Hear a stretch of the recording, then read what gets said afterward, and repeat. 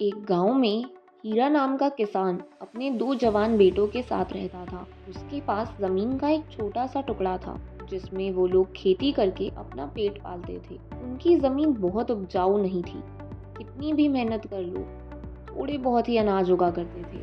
तीनों के परिश्रम के बाद भी उनके फसल की पैदावार अच्छी नहीं होती थी, जिससे उनके हालात बद से बदतर हुए जा रहे थे। वो लोग धीरे धीरे कर्ज के बोझ के तले दबते जा रहे थे। एक दिन तीनों बाप बेटे पेड़ के नीचे आराम कर रहे थे। पिताजी, मैं सोच रहा हूँ मैं शहर जाकर कोई काम ढूंढ लूं। अगर इस जमीन के भरोसे रहे तो हम पूरी तरह बर्बाद हो जाएंगे। बेटा, ऐसे हिम्मत नहीं हारते। बाप दादाओं की जमीन है, आज नहीं तो कल यहाँ अच्छी पैदावार जरूर होगी। शहर की जिंदगी और कठिन होगी बेटा। हाँ भैया, पिताजी ठीक कह रहे हैं। आज नहीं तो कल हम लोगों के भी हालात अच्छे हो जाएंगे। पिताजी, क्यों ना जमीन को बेचकर हम तीनों शहर जाकर कुछ नया धंधा शुरू करते हैं। इससे हमारी जिंदगी भी बदल जाएगी। नहीं बेटा, हमारे जीते जी ये जमीन नहीं बिकेगी बस। शुभम उठकर बाकी के फसल रोपने लगा। तभी अचानक उसकी खुरपी किसी चीज से टकराई। टकराने की आवाज सुनकर वो अपने बड़े भाई और पिताजी को बुलाने लगा। पिताजी, ओ पिताजी, शिवम भैया, अरे यहाँ आकर देखो, धरती के अंदर से कैसी आवाजें आ रही हैं। तीनों मिलकर वहां खोदने लगते हैं। आवाज इतनी जोर से आ रही थी मानो वहां कोई खजाना छुपा हो। काफी खुदाई के बाद उन्हें वहां एक पुराना मिट्टी का मटका दिखाई देता है। वो लोग जल्दी जल्दी उस मटके को धरती से बाहर निकाल लेते हैं। मटका खाली करने पर सिर्फ मिट्टी निकलती है। निराश होकर वो तीनों फिर से अपने काम में लग जाते हैं। तभी शिवम को प्यास लग जाती है। वो पानी पीने पास के कुएं में जाने लगता है। हाँ, मटके के चक्कर में 1 घंटा बर्बाद हो गया।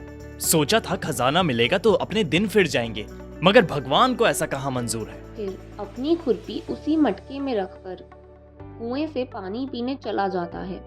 पानी पीकर लौटता है और जैसे ही अपनी खुरपी मटके से वापस लेने जाता है तो उसे बड़ा ही आश्चर्य होता है। वो देखता है कि जिस मटके में वो अपनी खुरपी रख के गया था वो मटका पूरी तरह से अनेकों खुरपियों से भरा हुआ है।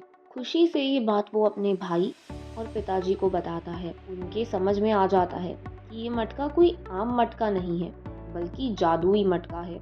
जो भी चीज़ डाली जाती है वह कई गुना होकर निकलती है। उसके जादुई प्रभाव को परखने के लिए शिवम उसमें जेब से निकाल कर कुछ सिक्के डाल देता है। थोड़ी ही देर में मटका सिक्कों से भर जाता है। सिक्कों से भरे मटके को वो लोग जल्दी जल्दी अपने घर लेकर आ जाते हैं। उन्हें डर था कि उस जादुई मटके के बारे में किसी और को पता न चल जाए। घर की कुंडी को अच्छे से लगाकर मटके में चावल के कुछ दाने डालते हैं। फिर क्या था, कुछ ही पल में मटका चावल से भर गया। यह देखकर तीनों सोचने लगे कि लगता है अब भगवान हमारी गरीबी दूर कर देंगे। हीरा एक समझदार किसान था। उसने अपने बच्चों से कहा, शिवम और शुभम, देखो बेटा, ईश्वर ने हमें जादुई मटका दिया है।